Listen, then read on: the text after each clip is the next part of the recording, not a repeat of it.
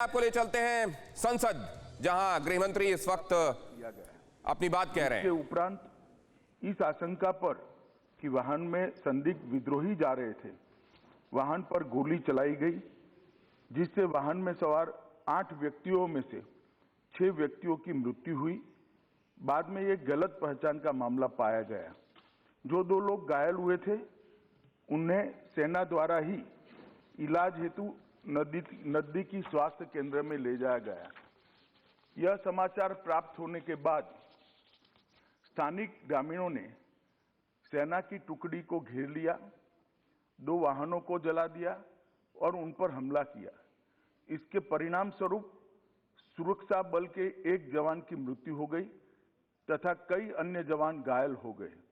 अपनी सुरक्षा में तथा भीड़ को तितर-बितर करने के लिए सुरक्षा बलों को गोली चलानी पड़ी, जिससे 7 और नागरिकों की मृत्यु हो गई तथा कुछ अन्य घायल हो गए। स्थानीय प्रशासन और पुलिस ने स्थिति को सामान्य करने के प्रयास किए हैं। अभी स्थिति तनावपूर्ण लेकिन नियंत्रण में बनी हुई है। पुलिस महानिदेशक नागालैंड और आयुक्त नागालैंड ने दिनांक 5/12/21 को घटनास्थल का दौरा किया।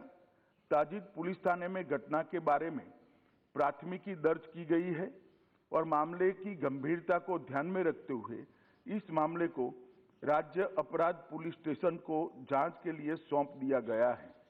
इस संदर्भ में एक विशेष जांच टीम SIT का गठन किया गया है, जिसे 1 माह के अंदर जांच पूरी करने के निर्देश दिए गए हैं। उपरोक्त घटना के पश्चात दिनांक 5/12/21 की शाम में लगभग 250 लोगों की उद्वेलित भीड़ ने मौन शहर में असम राइफल की कंपनी ऑपरेटिंग बेस पर तोड़फोड़ की। भीड़ ने COB के मकान में आग लगाई, जिसके उपरांत असम राइफल की टुकड़ी को भीड़ को तितर-बितर करने के लिए गोली चलानी पड़ी। इसके कारण एक और नागरिक की मृत्यु हो गई और एक अन्य घायल हो गया। प्रभावित क्षेत्र में किसी और अप्रिय घटना को रोकने के लिए अतिरिक्त बलों की तैनाती कर दी गई है। सेना की 3 कोर मुख्यालय द्वारा एक प्रेस वक्तव्य जारी किया गया है, जिसमें निर्दोष नागरिकों की दुखद मृत्यु के घटनाक्रम पर अत्यधिक दुख सेना द्वारा व्यक्त किया गया है। सेना द्वारा इन दुर्भाग्यपूर्ण मृत्यु के कारणों की जांच उच्चतम स्तर पर की जा रही है और कानून के अनुसार समुचित कार्यवाही की जाएगी। घटना की सूचना मिलने पर मैंने तत्काल नागालैंड के गवर्नर और मुख्यमंत्री जी से संपर्क किया। गृह मंत्रालय द्वारा भी नागालैंड के मुख्य सचिव और पुलिस महानिदेशक से संपर्क किया गया। कल पूरे दिन स्थिति को मॉनिटर किया गया।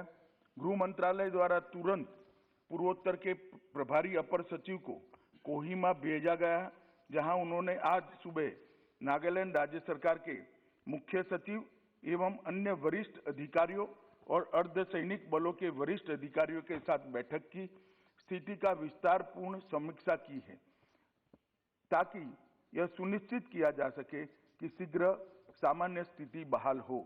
यह निर्णय लिया गया है कि सभी एजेंसियों को यह सुनिश्चित करना चाहिए कि विद्रोहियों के खिलाफ अभियान चलाते समय भविष्य में ऐसी कोई दुर्भाग्यपूर्ण घटना की पुनरावृत्ति न हो।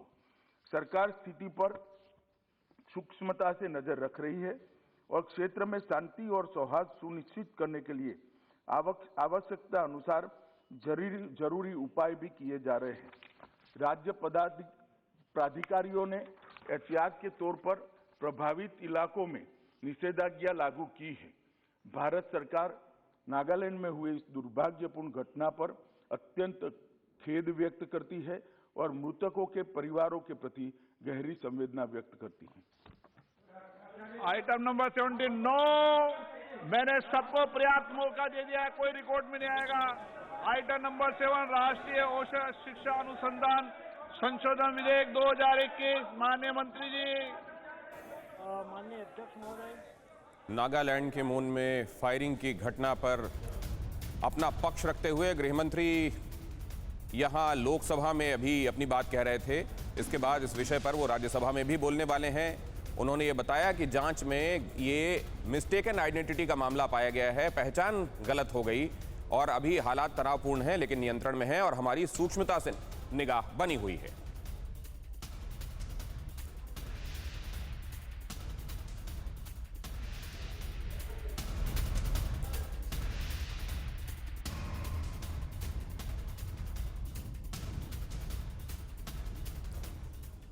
परवाह देश की, सोमवार से शुक्रवार रात 10 बजे TV9 भारतवर्ष पर।